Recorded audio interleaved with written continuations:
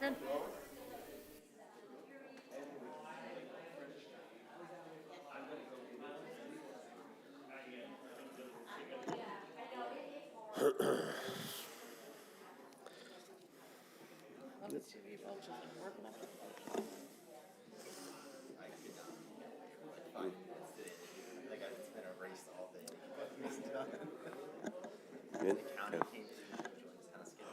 Okay, friends, what do you say we go ahead and get started?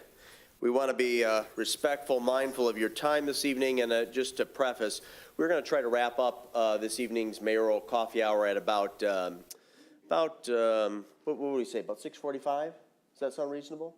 For planning it. Yeah, because we have a planning commission meeting in here that will begin promptly at 7 p.m. And of course, you're welcome to attend that.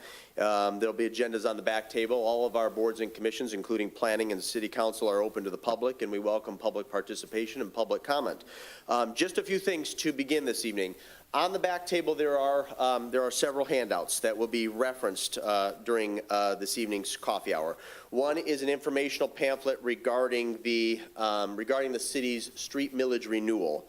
The other is save the date form for 2 upcoming town halls pertaining to revisions and updates to the city's master plan. And Community Development Director Harrington will be talking about the master plan, why that process is important, and why you should participate in those public sessions during his presentation.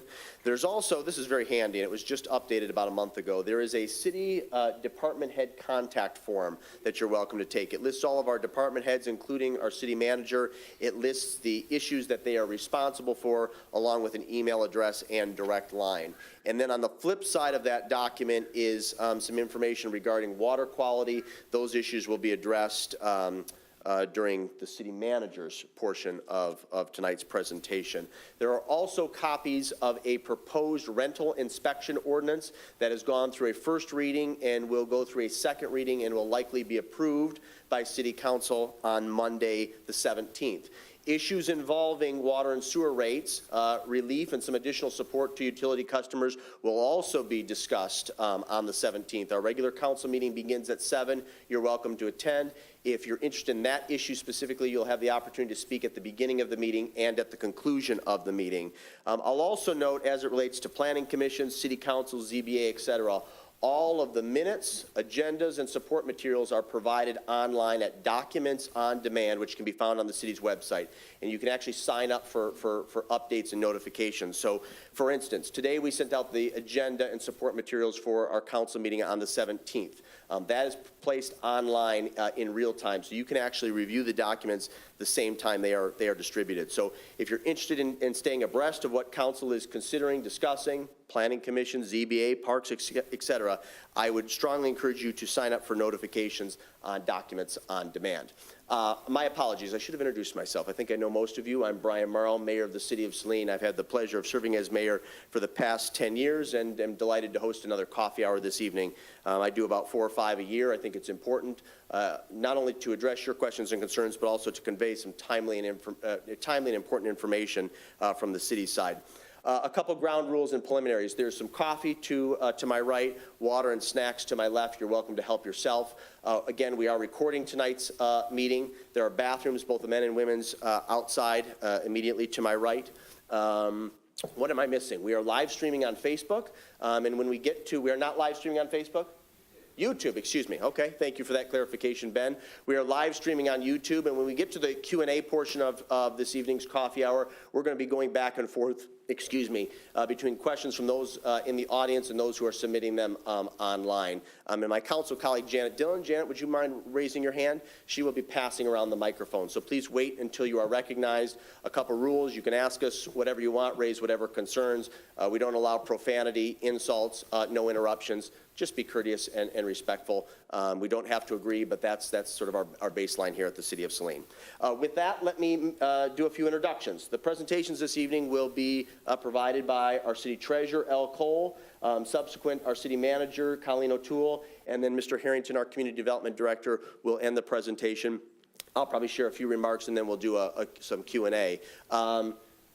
All three employees are actually relatively new to the organization. City Manager O'Toole joined us from the city of Durand in, I believe the exact date was December 14th, 2020, if I'm not mistaken. A day that lives in infamy. Yes, it does.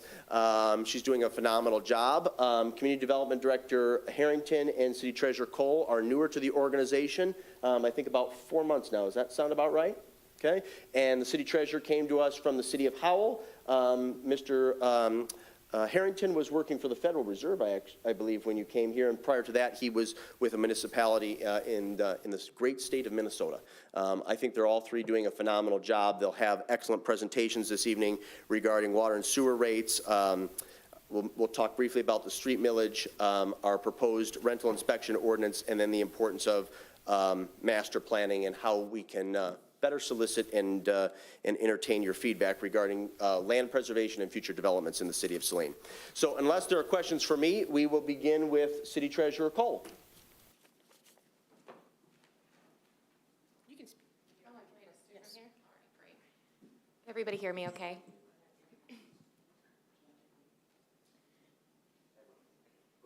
As the mayor so kindly introduced me, I am about 4 months in at the city of Saline. I am a CPA with over 25 years in the public sector, so I have a lot of service in local units and government. So, and a specialty actually in enterprise funds and water, where I spent a good portion, 7 years of my time working. So it fits very well into my responsibilities that I oversee utility billing. I know that our water rates have been in the news and quite a topic lately. So kind of wanted to give you a little update that we are still working on diligently getting to everybody's questions. I feel like we've gotten most of everyone's questions answered. And just to let you know that those calls have resulted in 57 different courtesy visits to homes. Of the majority of those 57 visits, most people have found leaks in their home. So we're very happy that we were able to discover these through this process, and hopefully it will cut down overall on water consumption as well. We are still doing a little bit of analysis and digging around with our water rates right now. There certainly will be more to come at the next council meeting, so we encourage you to attend and participate then as well. In the meantime, please call our office if you have any questions. Myself, my staff, anybody at City Hall would be delighted to talk you through the water rate change and specifically how that relates to your accounts. The other things that I'm responsible here for are the taxes and collecting the taxes and dispersing those taxes to the other local units and all of our financial reporting. So I make sure that everything gets recorded according to our standards board and that those are audited every year and presented to the public. So we're just wrapping up our audit now. It's been a busy couple months. Things are looking very good, and we'll be happy to report the results of that audit in November. Very good. Thank you, Treasurer Cole. City Manager O'Toole, would you like to share some remarks this evening? Certainly. Mayor Marl asked that I join tonight to give a brief update on water clarity issues. I wanted to share with the community that the city currently is in the process of decommissioning one of its existing wells and installing a new well, what will be well number 7. So during this process, we do have to be mindful of overall water usage, so we're only doing reactionary flushing. That means that if you start to experience discolored water, please call us immediately, and we will make sure that a crew gets out there. I can say, for example, there are some things we just can't predict, like recently a private contractor damaged a private service line on the west side of town that led to some significant discoloration issues for the folks in the Torwood and Saline River Drive area. That has been since resolved, we hope, but certainly if any of those residents see issues again, we want to know, and we will get out there to flush on a response basis. Again, you can contact our DPW directly, or you can use our online water quality survey. And both of those contact information are referenced in the sheet that Mayor Marl made mention to earlier, the blue outlined trim with all of the contact information out. Very good. Mr. Harrington. Hi folks, my name is Ben Harrington. I'm the Community Development Director, as they've shared earlier. Tonight, talking to you about a rental inspection ordinance that's on the city council agenda for next week.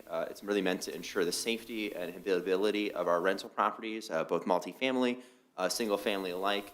Then also, we're beginning our master plan process and collecting public comment. I was actually at the high school on Thursday and Friday to get feedback from students. I'm always open to feedback, whether you come to my office personally, email me, but we're also hosting these town halls. We're primarily looking at 4 topics: downtown transportation, housing, sustainability, resilience, and the environment as our 4 big topics of revision. But really what we do is anticipate growth for the future, talk about what does the community want to see out of the growth in the future, and then try to devise a really clear and actionable plan so that we can make those things happen. So is it more parks? Is it better investment in this or better investment in that? How do we want to shape housing policy? What kinds of people or what kind of housing opportunity do we want to bring to the city? Things like that. And those are all great opportunities and times for you to share your input. But as I mentioned, please feel free to come to me individually, email me, whatever that may be, if those opportunities at those 2 dates on the town hall don't work for you.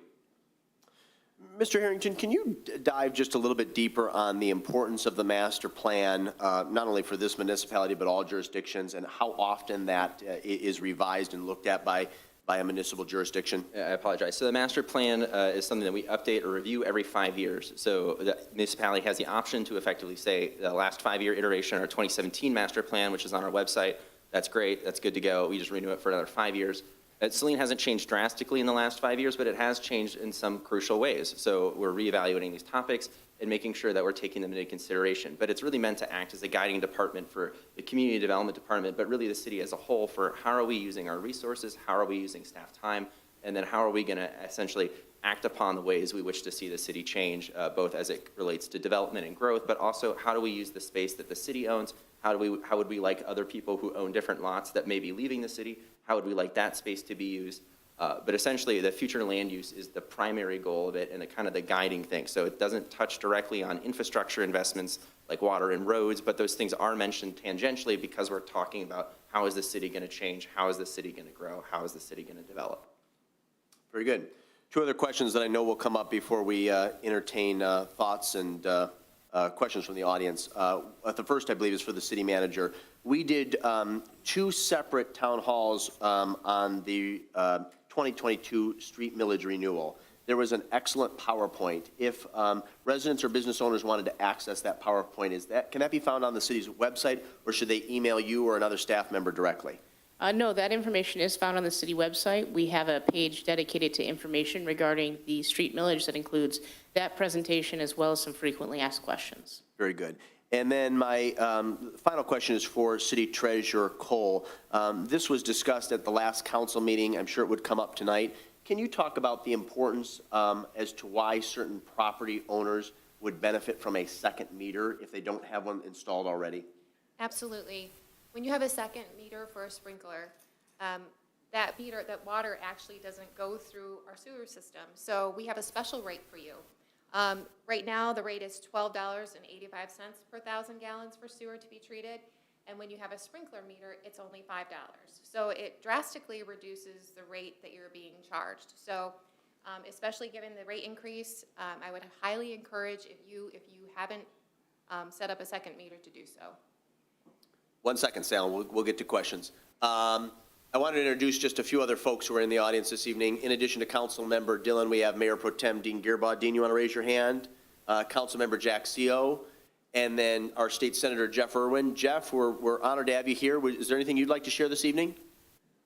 Well, the only thing I'll say is that I've had the pleasure of talking with Mayor Morrill and city staff about the ways that the state could be more helpful in meeting the city's water needs.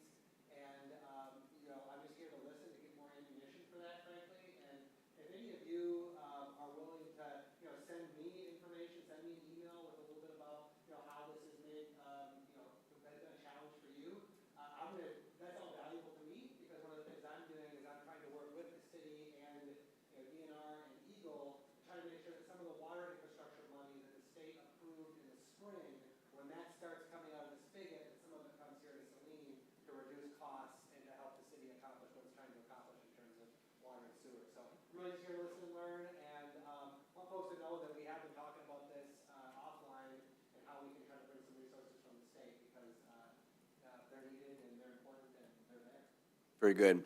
I appreciate the senator sharing those remarks. And one thing that I will add, and I mentioned this 2 weeks ago, is one of the best ways to control costs and reduce the impact on residential or commercial utility customers is to identify and secure additional revenue streams to help us rehab our wastewater infrastructure, specifically our plant.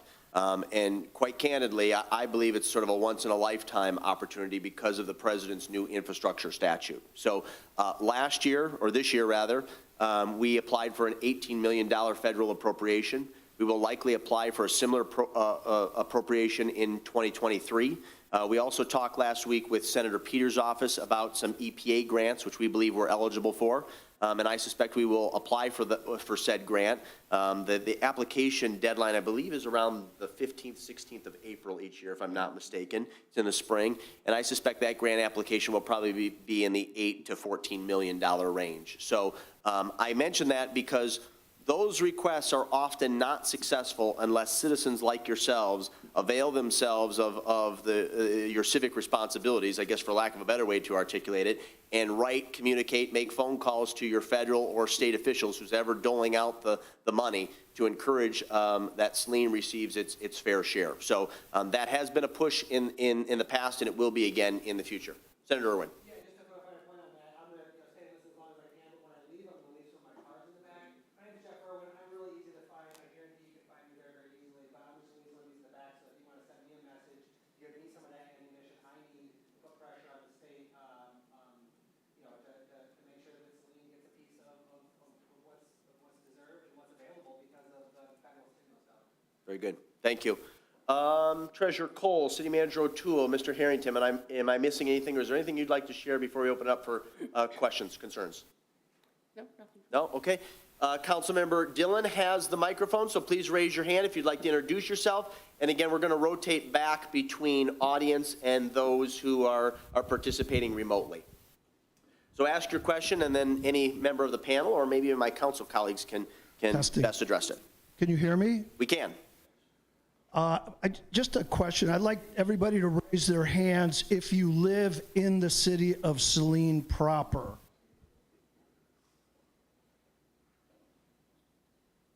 Okay, I'm noting that the three people sitting up there that are running our city government do not live in the city of Saline.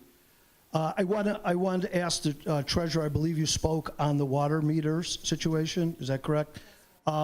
You don't address the cost of installing the water meter that would be dedicated to the sprinklers and things like that. How much is the cost of the meter? The cost of the meter is $500, and just according to people I've spoken to have the plumber install it, is generally about, definitely less than $500. So the cost of the meter and installation is $500 total, or No, that would be combined? It would be less than $1,000 combined. Okay, around $1,000. And then how about plumbing that meter to your dedicated hose bibs and to your sprinkler system? You have to pay a plumber to do that, don't you? Yes, if you don't know how to do that. So that could run in the thousands of dollars. I suppose that if you want to hook up multiple different areas of your home, it would be variable. But in speaking with DPW, they say in general it's $300 to $500.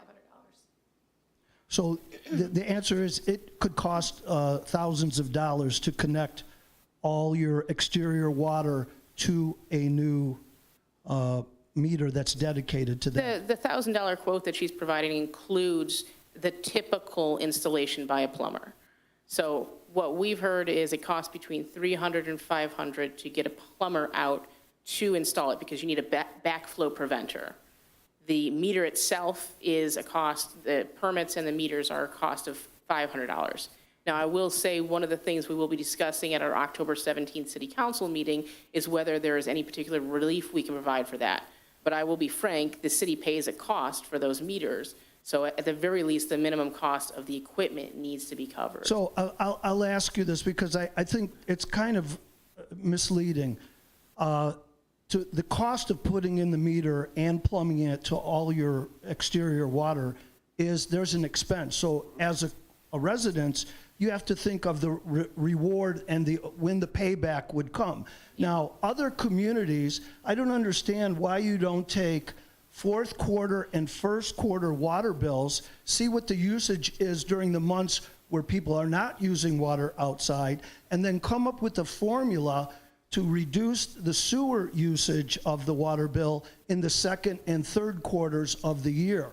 That, a lot of communities do that. It doesn't require the residents to spend $1,000 minimally to get a meter, and you don't know how long the payback on that $1,000 is. That could be quite a long time before that payback. So as of now, most of the citizens in Saline have been paying sewer rates for water that's sprayed on the ground to water gardens and grass, fill swimming pools, for children to play outside. So you've reaped the benefit of sewer fees for years and years. And now your solution to us is to spend $1,000, and maybe you'll try to offset that somehow to the residents. But that's a lot of work to put separate meters in all the homes in Saline, when you could easily come up with a formula where you would deduct the water usage in second and third quarters and offer that to the citizens of Saline, like many other southeastern Michigan communities do. And your name is? My name is Sal Randazzo. I'm a resident of Saline for 37 years, a proud resident. I raised 5 children here. My youngest son is serving us in the United States Air Force. Wonderful. Thank you for his service, Sal. Sal, let me answer the second part. I was actually late this evening because I was meeting with a local business owner who I consider a mentor, and I use him as a springboard for a lot of ideas. And we were discussing that very point, that there may be a more fair and equitable way to assess sewer fees, especially for commercial properties and residential homeowners who are using larger amounts of water, especially during the summer months, to water their grass, attend to their vegetable garden, water their flowers, and it's not going into the sewer system. So I can tell you from my perspective, the point you made, it is going to be assessed and evaluated further. Let's actually go to those who are participating remotely. Hey, just hang tight, Mary. We'll have plenty of time. No comments and questions from those online, okay? Mrs. Hess, if you'd like to introduce yourself. I'm Mary Hess, and I served over 20 years on city council prior up to 2005. I have comments as far as the new builders that are building homes in the city and also want to annex. I had mentioned about 6 months ago that I felt that their connection fees should be raised for water and sewer, and because they're coming into the city and they're building a new house, and they should share the profits just like the rest of us. And I think you said that the sewer rates had been raised a period of time ago, but I think that should be assessed again. I also mentioned as far as the township islands that are getting city water and sewer, that they should be annexed. They should definitely, the city should go to the Boundary Commission, because the Boundary Commission, if it's an island, they don't even question it. And we have numerous, and they can come in and pay the taxes too. When I was first on council, you're right, Sal, years ago, they would take the 3/4 of your water and average it out for the cost of your 4th quarter. But that's years ago. And then we had people come on and they said, well, this isn't fair for swimming pools and everything else. So then they addressed having the second meter, of which I got 30 years ago. Smart. And because it was an asset. But I think another comment I read where people have rusty water, and then you're told to flush the area for maybe 10, 15 minutes. That's expensive water. But thank you. As far as the new homes, the builder should be putting in maybe the second meter. Definitely. And also the increase of water and sewer connections. Let the new buyer be aware.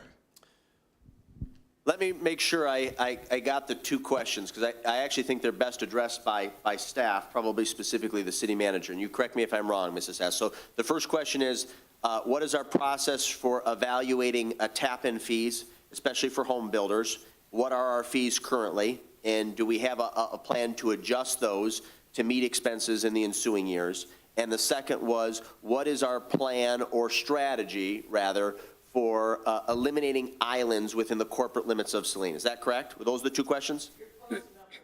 Okay, good enough. That hurts, Mary. Yeah. You want to? Yes. Yeah. Regarding the requirements for new developments, so legally, we can't charge a new developer for anything more than what they cost to develop that property. So now, that being said, if anything about that development triggers the need to increase the size of a line, to add another well, that is all costs that can and should be directly borne by the developer. That is determined through either some sort of development agreement with the developer or tap-in fees that are specific to that unit. The broader tap-in fees that we set are just for anyone, any single off construction project. But each of those developments, those large-scale developments, is now much more closely negotiated in terms of the actual impact and the thus equivalent contribution to the water and sewer system through tap-in fees. Regarding the question on the islands, what I can say is I agree with you. That's the type of thing that we could certainly take to the State Boundary Commission, and there is legal precedent for that being accepted. And I would note too, Mary, that one of the properties that jets out into the city of Saline the deed holder will be petitioning the State Boundary Commission formally for annexation into the city. That's because they probably want to subdivide it. Could be. But thank you very much for your information. I think Mary, just because we are recording this, excuse me, Mrs. Hess, if you'd be so kind to speak into the microphone, that would be great. No, you're fine. Thank you so much for your input, Colleen. And, but I do think that since this surprise came upon all the property owners with the water thing and the cost of the sewer, I do think that this should be addressed as far as the connection fees and the annexation, because this other has been put upon us in the last year as far as our costs going out of sight. But I do feel that other people should share too. Thank you so much. And if I may add also on the issue of annexation, it's actually at this point a benefit to our system to bring new users in to help spread that cost over. I mean, that's one of the biggest challenges of a small system of this size, is that there's only so many users across which to spread this. And frankly, there's a minimum threshold for cost to maintain these type of facilities. It's a kind of law of diminishing returns. The bigger you get, the more easier and lower cost it is to treat per unit because of how large you are. We are not yet at that peak, and so we are operating an expensive system because we are a smaller community, and that's true of small communities all across the country.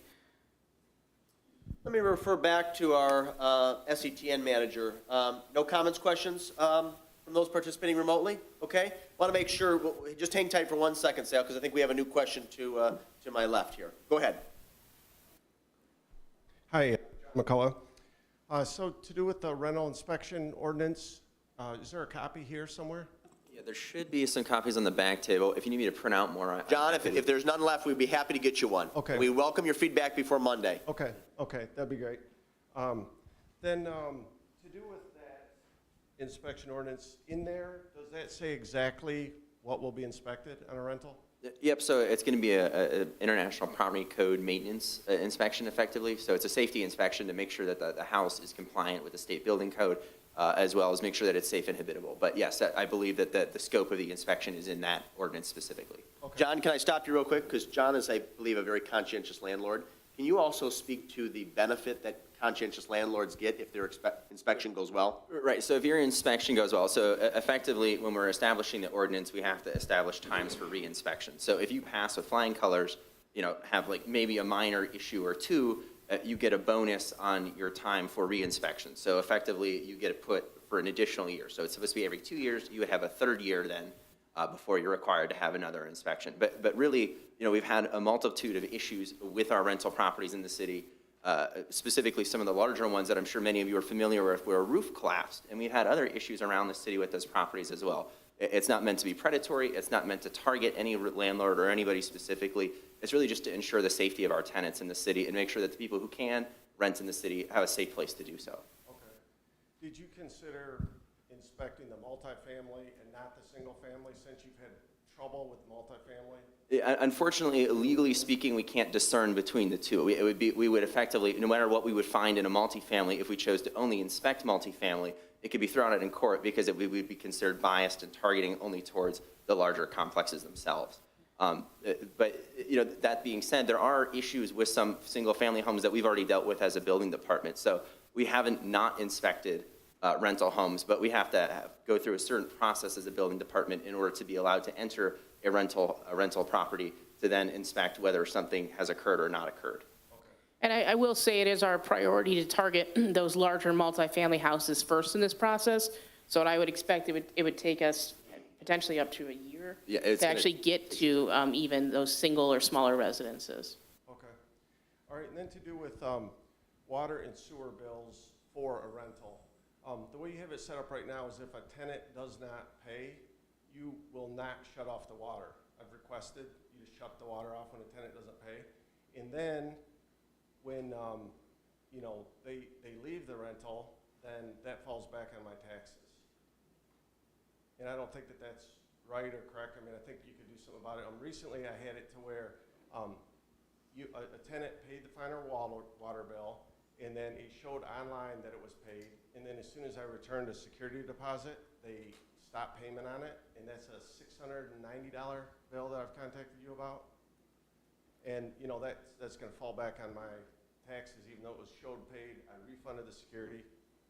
So, I mean, I think if they're not paying, a lot of other places, if you're not paying the water bill, they shut the water off. And it just doesn't make sense that you wouldn't do that, and then it would fall back on the owner.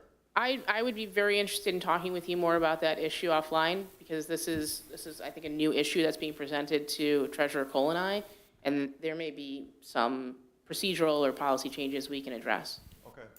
And then the only other thing was to do with the water meters, the wireless water meters. When would we be able to detect a leak from having that wireless? Instantly. If you have the app, and we're kind of beta testing it right now, you will see immediately that your usage is spiking. Okay. So, and you can also set alerts for yourself if it goes over a certain level of consumption. Certainly, if you're out of town and you see usage, you're going to know. And it's going to alert you, and it's going to alert us. So is that available now, just with an app? Or the app will be available, I'm hoping, within the next 3 to 4 weeks. Okay, that's it. And City Manager O'Toole, just for John's benefit, he should email you or call you at the URL and phone number that's enumerated on this sheet, correct? Correct, yes, please do. Yep. Grab one of these sheets on the back table, John. Okay. Anybody online? Okay, we'll go right here and then back to Sal.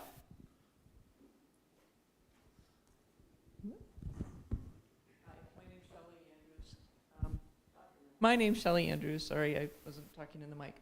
I was one of the 57 people who were visited by DPW from the last city council meeting we were here. They were not able to find any leaks. They suggested that I turn off my sprinkler system water to make sure, because they were showing water was coming through. And so I've shut that off, and it's still showing that water's being used. So I'm wondering, what now? What's the next steps? So nothing was resolved. I was one of the people who did not have a resolution. Yeah, I'd be happy to connect with you directly and maybe get DPW Director Searles involved to see what else we can do to identify the issue with that, either what's going on with the meter, or if there is some smaller level leak we can't detect, obviously. We don't have to get into details about your water usage right now, but Yeah, please take my contact I was information. pretty vocal about it at the last meeting. Yeah. Definitely. And it was on the news. No, please take Yeah. please take my contact Yeah. information and let's set up a time to meet. And then the other thing is, I was wondering, I thought I heard that there's somewhere online where people can check their usage, daily usage. Is there somewhere online, I thought I looked at that before. Is there somewhere available where I can look at my daily usage for water? So on bsaonline.com, you'll be able to see your usage, and sometimes it will graph it out, depending on when the meters are read, where it looks like you can see daily usage, but it's really just stringing together the average. What was that That- again? What? So on our currently, BSA online. and so it will drop in the meter reads, and it kind of graphs it, so it looks like it's showing your daily usage, but it's really more of an average between the two reads. However, the dashboard that City Manager O'Toole was just speaking of, that will show your usage every day instantly. You'll be able to look at your phone and, you know, in the demos that I've seen and in some of the live systems, someone flushes a toilet and you can see the water spike go up and down. Now, is So- that retroactive back from like a year ago? No, it'll only be about the meter that goes through the new meters once the app. Now, I don't know the answer to the question, if you have a new meter installed, if it'll be from the beginning of the time that that meter is installed or when the app goes online, but I could find that out for you. Okay, that'd be great. Yeah, and then the third thing I was gonna ask is, so I have a bill and it's got it's got the old meter and the new meter. The new meter makes sense, you know, the readings I think they do. One of them, but the other one does not, you know, so I'm wondering if you can maybe take one of those bills that has both readings and maybe annotate it, share it online, and just say, this is the old meter, this is the new, this is your usage per 1,000 gallons, or whatever that other number is. And just so people can explain what it is. Because when I compare my usage to last year, this one makes no sense. So I would be very curious about that. I think that's a great idea. We'd be happy to do that. Absolutely. Very good. Sal, still have a question? Wait till you get the mic. Hold on, I'm coming.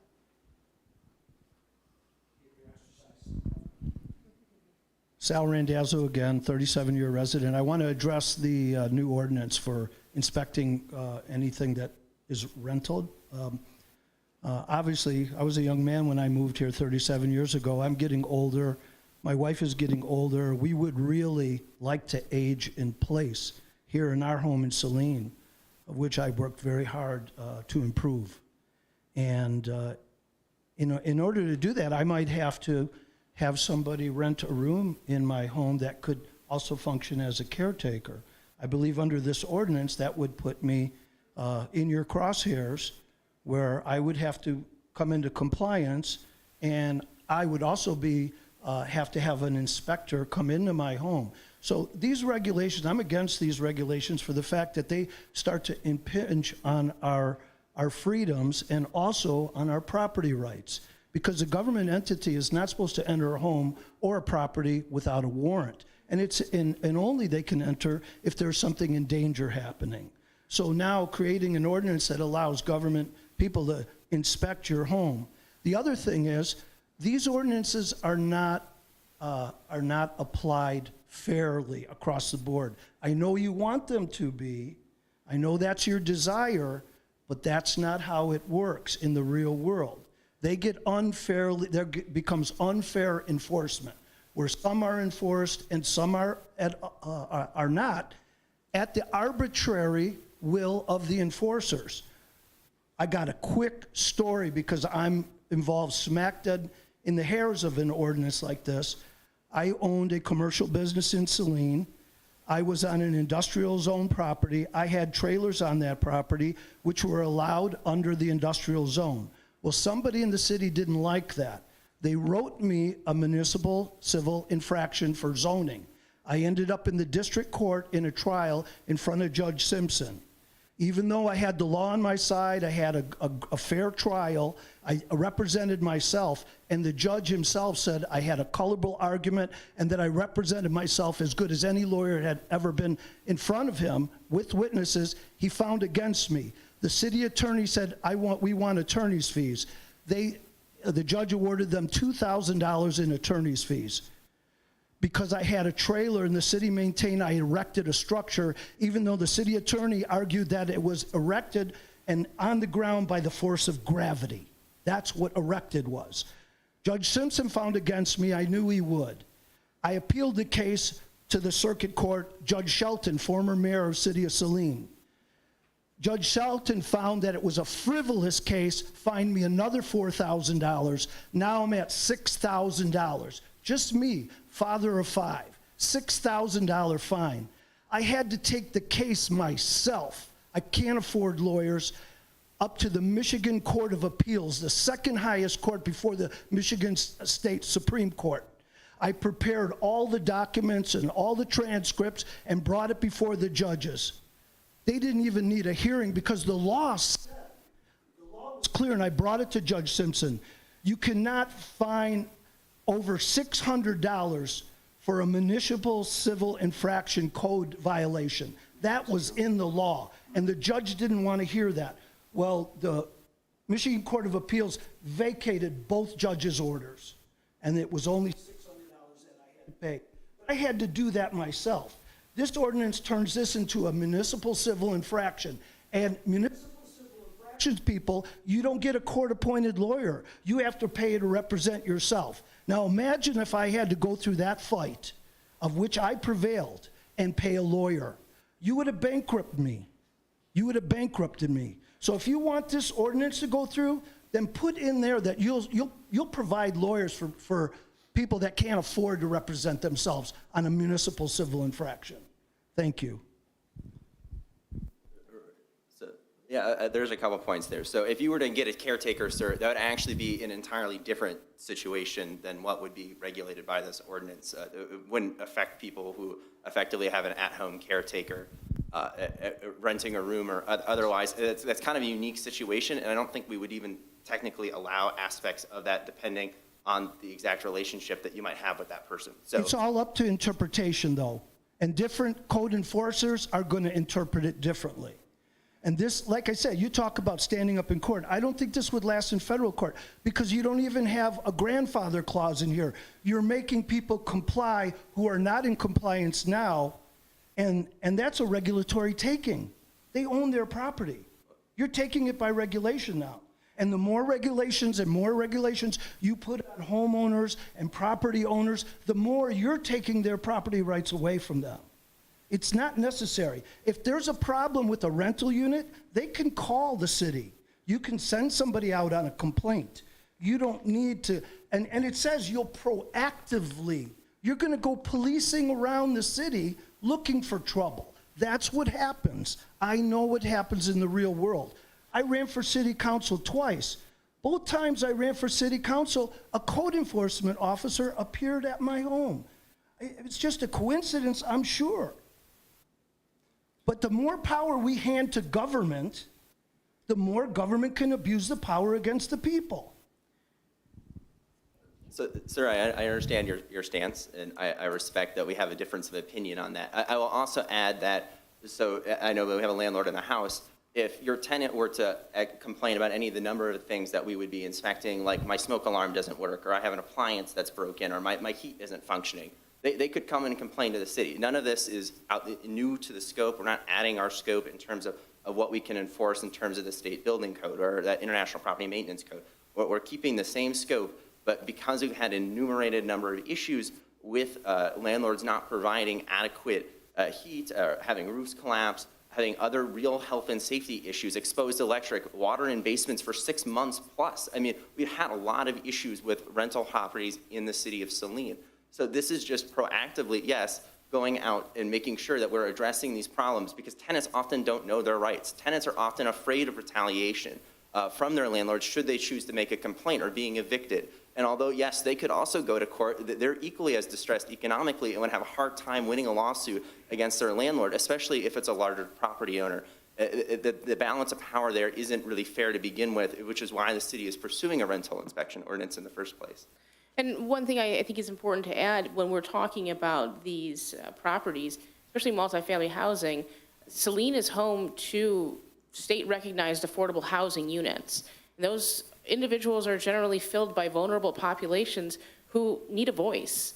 And this is the city's attempt to provide for those individuals who have every right to a safe place to live. Can we take a step back, too? Because I think one of the concerns that was raised, or at least inferred, is legitimate. Mr. Harrington, can you talk about, we have very strong procedures and protocols in place for reviewing, vetting, drafting, and then seeking council's approval for ordinances or any regulation for that matter. Can you talk a little bit about our process? Because our process is more in-depth than most municipalities and provides for more public input and for more private sector perspective than most of our neighboring jurisdictions. For sure. So I wasn't here when this ordinance was originally incepted and when it was sent to the code review committee. So the council decided that this was a fundamental problem in the city, was that we had rental housing that was inadequate and unsafe for the tenants. So they asked the code review committee, which is a public committee that's open to the public to hear what they have to say, that met several times on this exact ordinance that kind of set the scope, along with some professional consultants that do code review and code enforcement as their means of living. So we met several times, probably had at least 6 hours of just meeting time spent on this ordinance alone. We had our prosecuting attorney, Jesse Ojak, along with several other experts in the field, take a review of the ordinance, really go over it, make sure that it was a fair ordinance, that it was safe, and that it would hold up in court effectively. And now the council heard it at their previous meeting, I believe, the first meeting in September, and we'll be hearing it next Monday as well as a second review. This ordinance does also mirror very closely ones in comparable communities. So this is not a concept that is new to the city of Saline or the state of Michigan. It is a shared perspective and activity by many of our peers. And then back to your point earlier, sir, so the ordinance itself does not specifically enumerate the items that will be inspected, but prior to the inspection, we will provide you a list of the items that will be inspected, and I will get that to you as soon as I possibly can, as well as to all multi-tenant and rental property owners throughout the city. I also wanted to take an opportunity to introduce my friend, State Representative Felicia Braybeck. Representative Braybeck, we allowed Senator Irwin to share a few remarks. Is there anything that you would like to add this evening? You don't have to speak, but if you wouldn't mind, we are live streaming and recording, so if you could speak into the microphone, that would be great. Absolutely. I just want to say that I'm grateful to be here and have been able to speak with folks about some of these issues, and so just wanted to come here and be able to listen. Very good. So, thank you, Mayor. Thank you. Mr. Goodman, any comments, questions from those participating online? Then I believe we're back to Mrs. Hess, Councilmember Dillon, for a comment or question. I'm still Mary Hess. I appreciate Mr. Harrison's comments. And when we ask for a permit, be it something that's out of the ordinary, there are usually rules and regulations. And that's a building permit for a fence that shouldn't be 6 foot high. And there's many things. And when you're home and you are renting an area, that is subject to the same rules, I would think. Thank you. Thank you.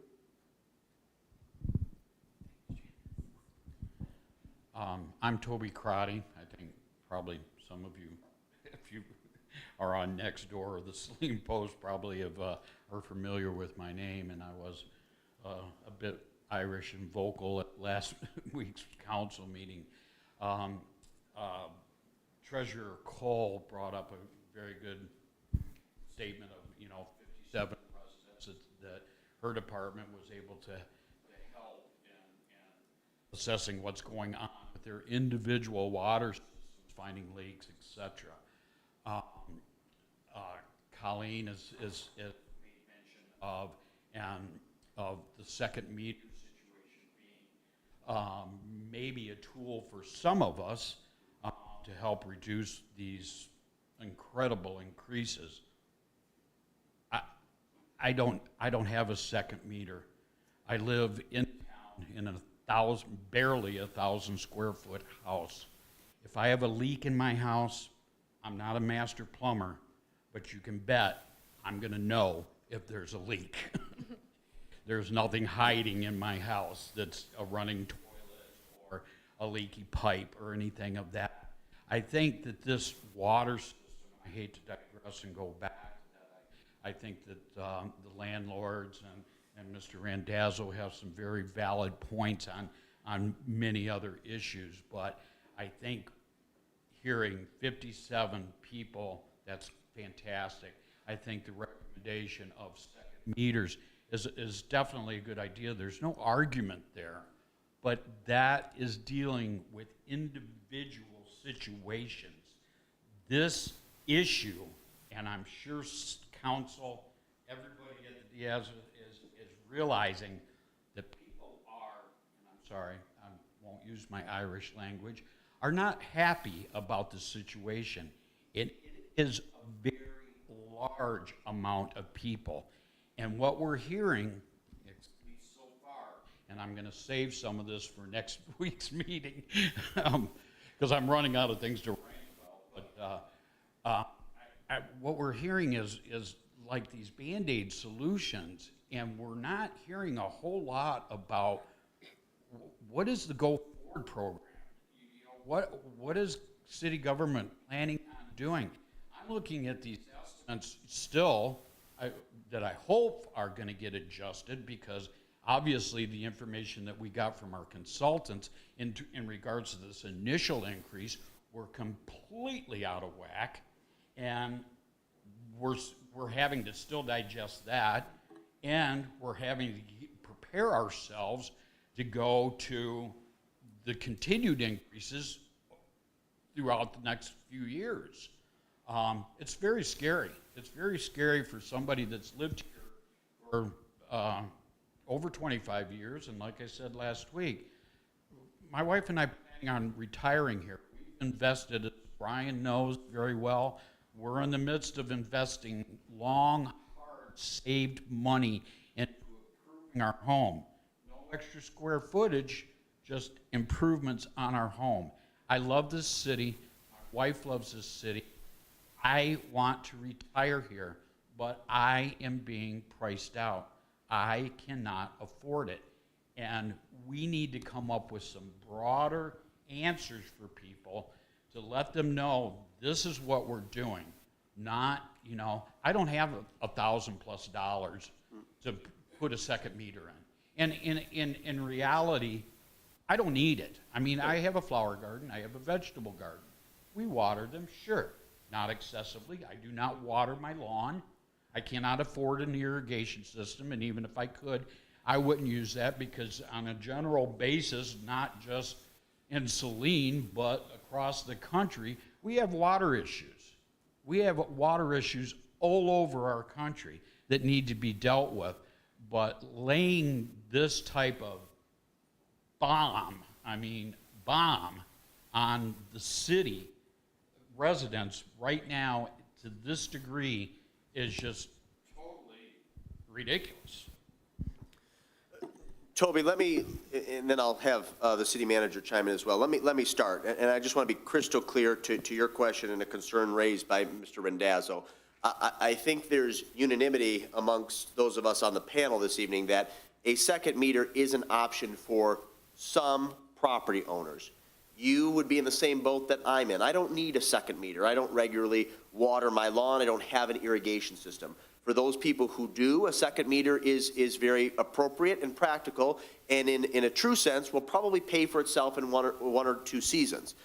To your broader point about some sort of relief or support across the board, again, that is something that we are actively considering and evaluating. There will be a recommendation from the city manager on Monday's agenda, and we will be requesting that city council take action.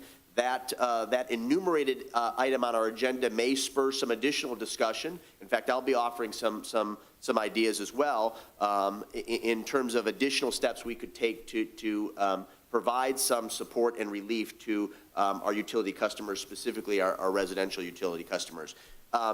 Embedded within Mr. Crotty's statement, I think, is a desire, and I think the public would benefit for the city manager, if you could maybe take 5 minutes to just talk about our plans to rehab and modernize our wastewater treatment facility, specifically on Monroe Street. And one thing, if I may, because I hear this a lot, especially on social media, and this was in a news article just last week, and it was hyperbolic and inaccurate, about the facility crumbling. And if you can confirm, if the facility were really crumbling, it wouldn't have been approved by the state for rebuild.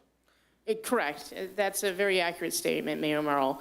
While the conditions of the plant are not what anyone currently on staff would like to see, we are still meeting our permit limits. We are still producing the results that we need to produce.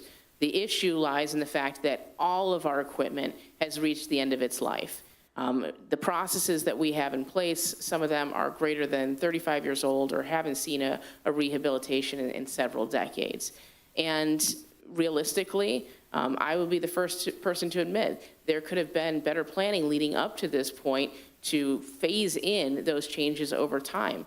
But as we are aware, people are quite resistant to increases in their utility rates. And it got to a point where now we have several processes that need to be updated simultaneously in order to ensure that we are meeting safe and compliant standards with the state. And that is all articulated in the legal agreement that we entered with the state of Michigan under our administrative consent order. Now, one thing I will also add regarding the work that we had done with our financial consultants, the results of those are accurate.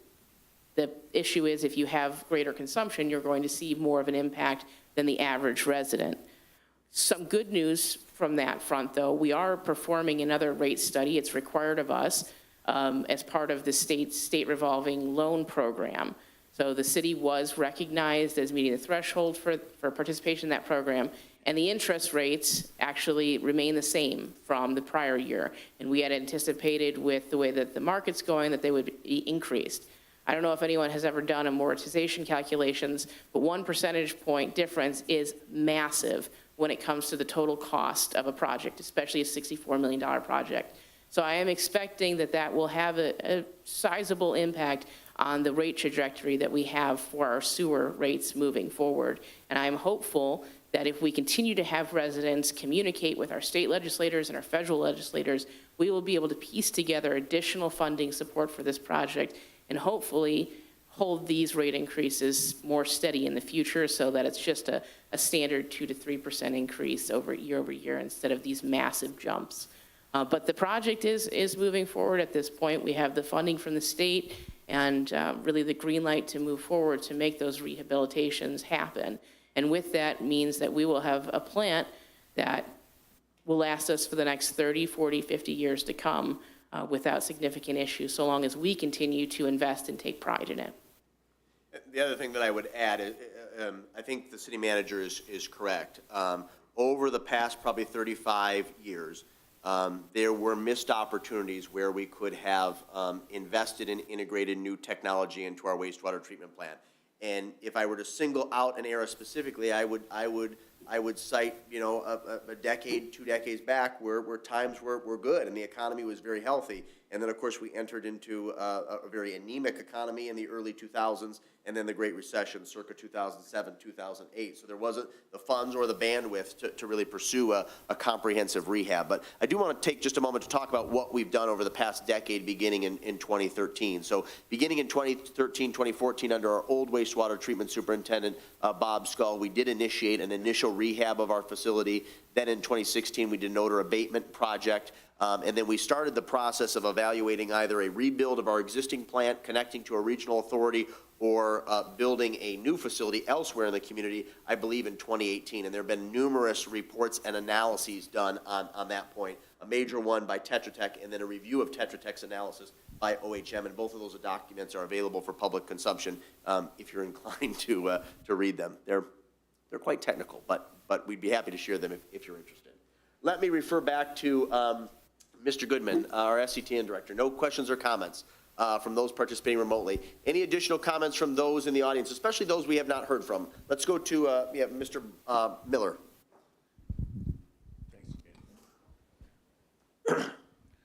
Hello, my name is Bernard Miller from Philadelphia and Saline.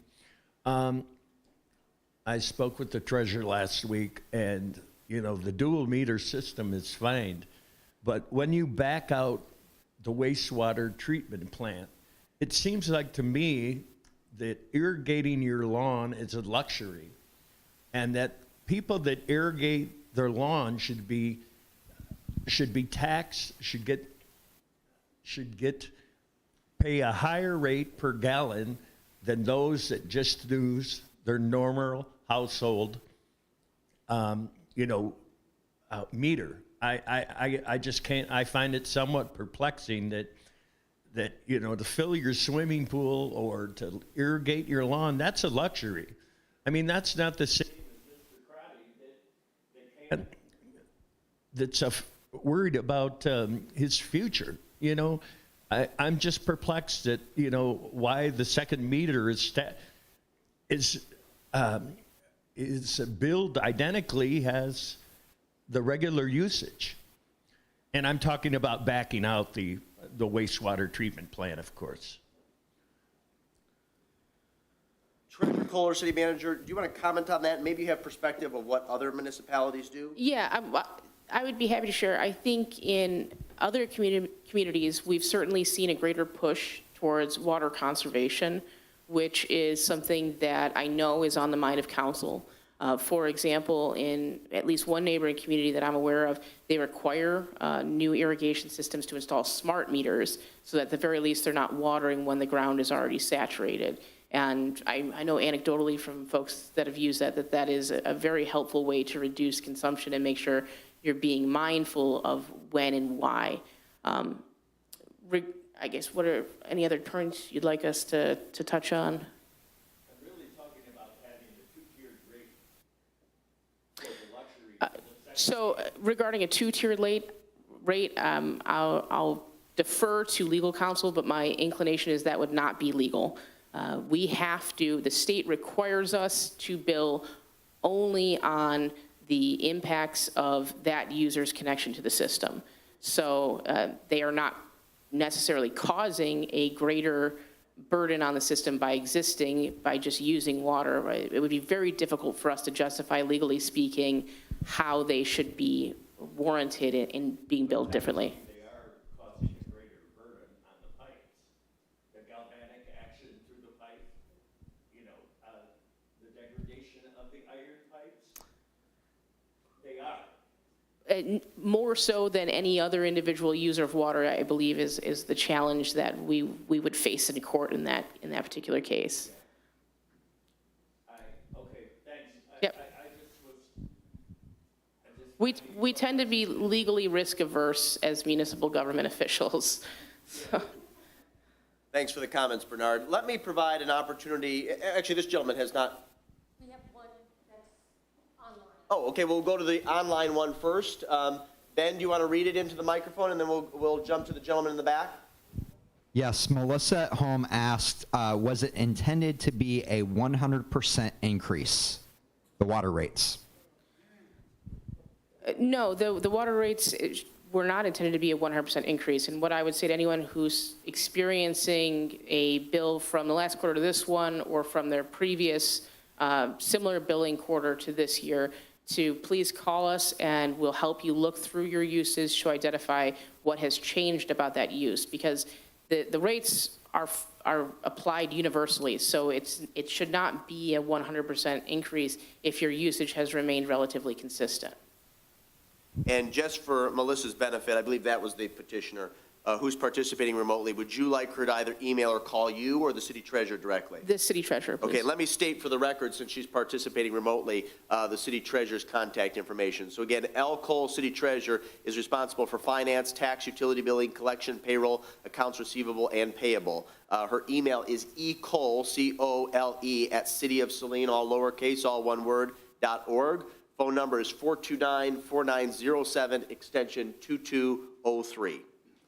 And the gentleman in the back had a question. Hi, my name's Jay Fisher, about an 18-year Saline resident. Early on, you mentioned, you kind of said, for lack of a better term, your civic duty to, write, call, email your representatives. Regarding the federal grants and the EPA grants that could help bring some money, specifically to deal with this.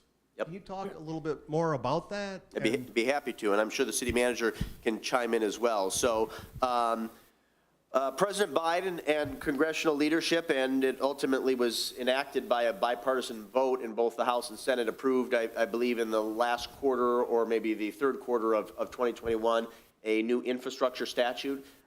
Contained within that fund, or contained within that statute law, rather, is significant funds that will first be appropriated by the federal government and then subsequently provided to the states to distribute. And so, understanding that the first round of funding will likely come from the federal government, we requested through Senator Stabenow and Senator Peters And I think we also processed it technically through Tim Walberg, Yes. Congressman Walberg, who's still our representative in Congress until the end of this year. An $18 million federal appropriation specifically earmarked to rehab our wastewater treatment plant. That was not successful this year, but it's also my understanding that because the federal government is continuing to operate under continuing resolution, that none of those supplemental requests have been allocated. We will be asking for that same dollar amount next year. And again, we would encourage you, and we will disseminate information via our FYI newsletter, our website, and social media, not only generic letters or scripts for contacting your federal officials, but also details pertaining to our request. In addition to the federal appropriation, we did talk to Senator Peters, Regional Director, I think now 3 times. The most recent was last Wednesday, a week ago today, about, remind me of the acronym. Do you have it? The paperwork is on my desk. It's a specific program through EPA. Oh, yeah, I don't have that. Our apologies. Right. But it is a fund that is, this fund has been in existence, at least it's my understanding, for several years now. And municipalities, units of government can apply for funding specifically related, I believe, to water and sewer projects, of which on the surface this will qualify. That's what Senator Peters' office is confirming. And that dollar amount will probably be in about the 8 to 14 million range. And I would add then to your point, Mayor Marl, we will work to make sure that we get information out about what specific grants or programs we are asking residents to advocate and what congressional or state representatives you should be advocating for those too. And as I've personally discussed with Representative Brayback and with Senator Irwin and their staffs, and I've also chatted numerous times with Donna Lazinski, our current state representative, about this, when dollars are then allocated to the state, we will also be hitting up I hate to use that term, but that's what popped into my brain, excuse me. We'll also be reaching out, to our state senator and state representative and likely the governor's office about leveraging those dollars as well. So we will get a second bite at the apple. We're going to try for federal support and then subsequently for state. Okay, yeah, great, thanks a lot. Yep. And I was going to say, if you could specifically tell us, how to reference those. Yes. So I Yep. act like I know what I'm talking about when I'm emailing.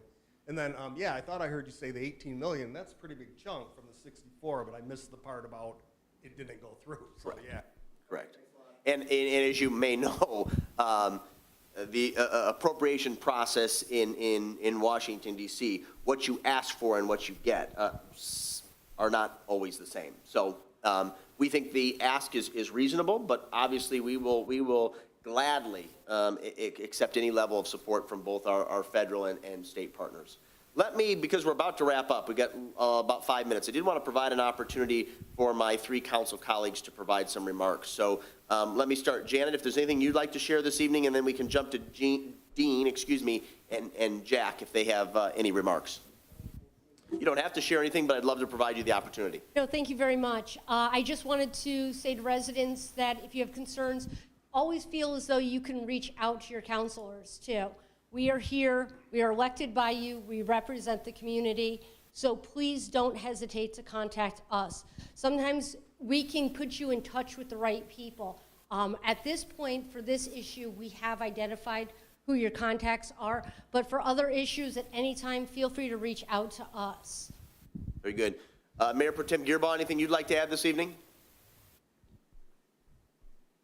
I'd just like to say that this is the first time where we have a dedicated plan that our council has supported and put in place. We have been working on this for 5 years to make sure that this does occur. And every year, we know that things have happened in the last couple of years that were beyond our control, but we're trying to get this to happen. We either move forward as a community and get this going, or we continue to have these concerns. And as you all know, I've been here all these years too, and I've been pushing on increases in rates, but we always talk when something comes up. We're always concerned about the affordability in this community, and sometimes we have to bite the bullet, and I think this is one of the times for doing it. But it's going to make this community better and be able for us to make sure that we are in the way of making sure that this community can survive and continue to be successful. Very good. Thank you. Mr. CEO, anything you'd like to add? Yes, Your Honor. Thank you, Dean. The 3 of us don't always agree on every topic that comes up before City Council, but we do all agree on this topic. We need to move forward. We need to have your help and support. I understand it's a big impact I've lived here since 1975, and as you can tell by my gray hair, I intend to be here till my wife pitches me over the fence into the cemetery. So we want to move forward. We want to keep this thing rolling. We know it's an expense. We know it's a trial. We know it's difficult for a lot of us. It's tough for us too. But it's something we've got to do. You can't expect the service if you don't pay the price.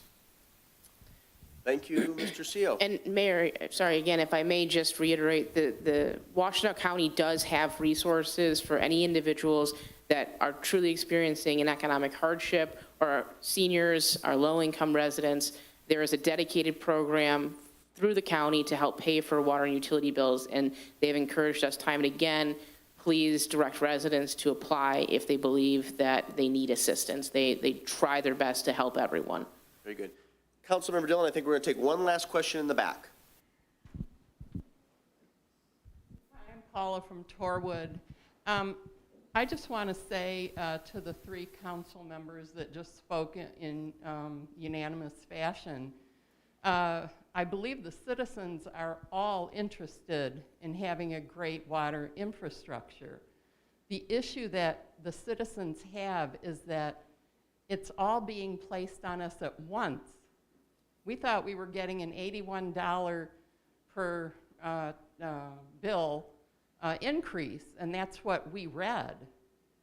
And that's not what we got. And that's the issue that I have. Sure. Appreciate you sharing that concern.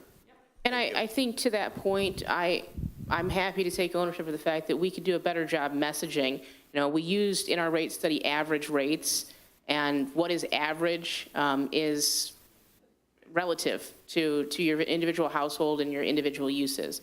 So I know as we look forward to this next rate study, again, already there were some estimates in there that we know are going to change because of more preferential interest rates, but we can also do a better job of communicating different usage levels and how it will impact residents. Let me wrap this up. Thank you to our city treasurer, city manager, and community development director for the excellent presentations.